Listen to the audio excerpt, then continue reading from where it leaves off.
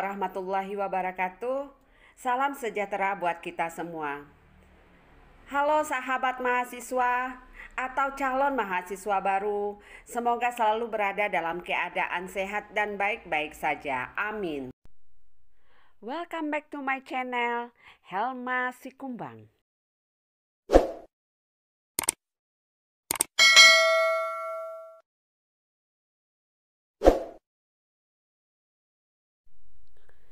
Inilah mahasiswa yang hadir pada saat awal perkuliahan.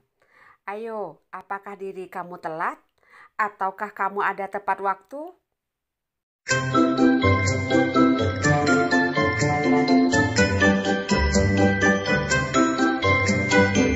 Sekarang kita akan membahas keseimbangan produsen.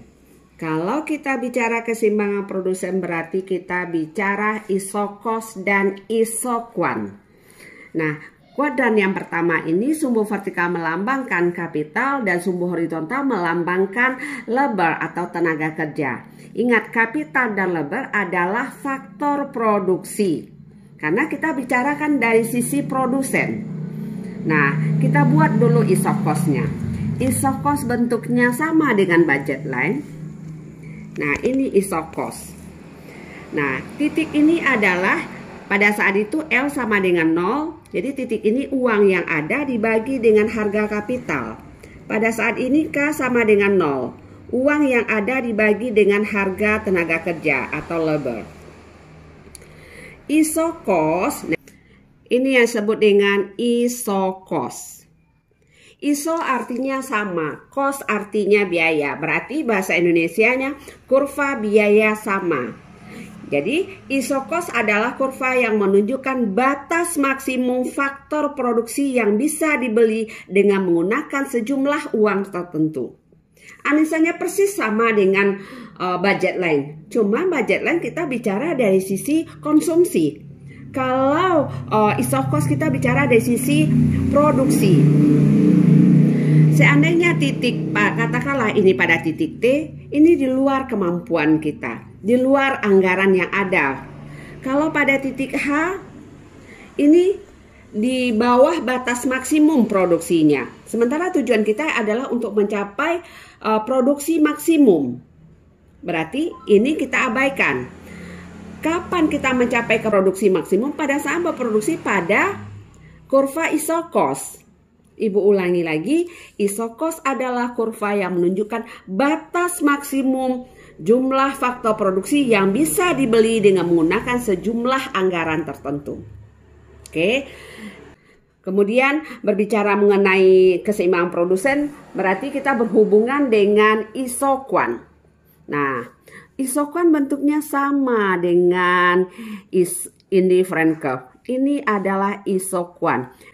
Isokuan adalah kurva yang menunjukkan kombinasi dua macam atau lebih faktor produksi yang memberikan tingkat produksi yang sama. Katakanlah ini titik A, titik B, titik C, titik D. Katakanlah ini produksi barangnya 100 unit. Nah, kalau kita menggunakan kapital sebanyak K0, kemudian labor sebanyak L0, akan sama produksinya. Pada titik B, kita menggunakan kapital sebanyak OK1, kemudian tenaga kerjanya OL1. Begitu juga dengan titik C. Kombinasinya adalah OK2, OL2, atau titik D. OL3 kombinasinya dengan OK3. Produksi barangnya 1000 unit. Nah, semakin jauh dari titik origin, katakanlah ini IQ1, ini mungkin 200 unit. IQ3, IQ2, katakanlah 300 unit. Nah, IQ2 lebih besar tingkat produksinya dibandingkan IQ1. IQ1 lebih besar dibandingkan IQ0. Atau sebaliknya, IQ0 lebih kecil produksinya dibandingkan IQ1. IQ1 lebih kecil dibandingkan IQ2. Yang namanya produsen kan ingin produksi yang setinggi-tingginya. Tapi ingat, ada constraint-nya, ada kendalanya. Kendalanya yaitu isokosnya. Nah, itulah tugas kita, bagaimana kita menyesuaikan antara keinginan kita dengan constraint kita yang ada. Itu yang kita lihat pada keseimbangan produsen. Kita buat kurvanya satu lagi.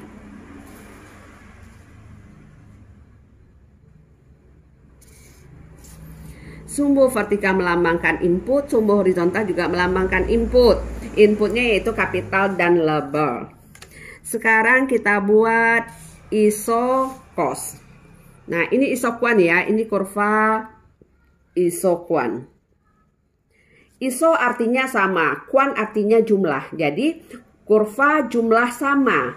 Maksudnya adalah kurva yang menunjukkan kombinasi dua macam faktor produksi atau lebih yang memberikan tingkat produksi yang sama. Ini Y per PK, ini Y per PL. Kita asumsikan di sini ada 5 isokuan. Katakanlah ini isokuan 0. Kemudian ada satu lagi, isokuan 1. Kemudian isokuan 2, isokuan 3. Jadi ada 4 isokuan di sini. Kita asumsikan ada 4 isokuan. Semakin jauh dari titik origin berarti semakin tinggi tingkat produksinya. Berarti yang paling tinggi tingkat produksinya sekarang adalah IQ 3. Tapi apakah mungkin? Kita buat titik-titik. Ini kita beri simbol A, ini B, ini E, ini D, ini F, ini G, ini H. Jadi kita buat titik G, titik H, titik A, titik B, titik E, titik D, titik F. Ini titik F ya. Titik G di luar isokos, berarti sesuatu hal yang mustahil, kita abaikan. Titik H di bawah isokos, sesuatu hal yang mungkin tetapi tidak akan memberikan produksi maksimum, kita abaikan. Karena tujuan utama seorang produsen itu adalah mencapai tingkat produksi yang maksimum. Jadi yang mungkin itu adalah pada garis isokosnya, yaitu titik A, B, E, D, F. Nah, sekarang kita fokus ke titik yang 5 ini. Titik 5 berapa produksinya? Titik A dilalui oleh kurva isokuan 0. Titik B dilalui oleh isokuan 1. Titik E dilalui oleh kurva isokuan 2. Titik D dilalui oleh isokuan 1.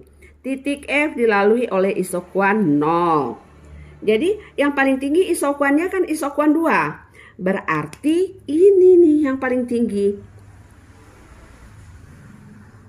Nah, berarti dapat kita simpulkan sekarang, kepuasan maksimum seorang produsen itu dicapai pada saat isokuan bersinggungan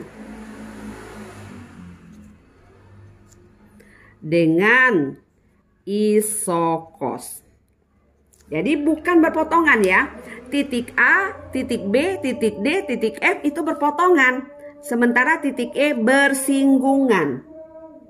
Jadi titik kepuasan maksimum seorang produsen itu adalah pada saat isokuan bersinggungan dengan isokos.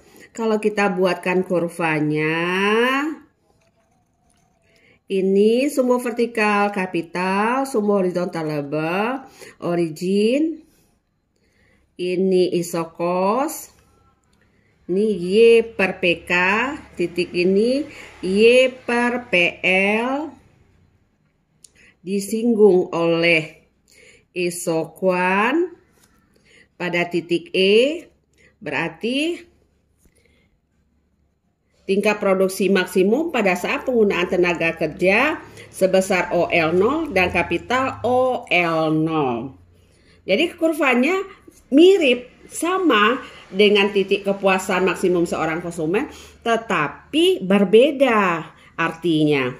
Kalau kurva kepuasan konsumen ini melambangkan indifferent curve, ini melambangkan budget line. Tetapi kalau produsen, ini garis ini adalah iso cost, yang ini adalah iso quantnya. Oke, selamat belajar. Semoga sukses. Kalau ada yang tidak paham, silahkan ulang lagi, tonton lagi video ini, simak lagi. Kalau tidak juga mengerti, silahkan hubungi Ibu. Ibu siap membantu Anda. Alhamdulillah, sahabat mahasiswa sudah mengikuti perkuliahan ini dari awal sampai berakhir kuliah dengan serius dan penuh perhatian. Semoga ilmu yang sudah diperoleh bermanfaat bagi kemaslahatan umat. Amin.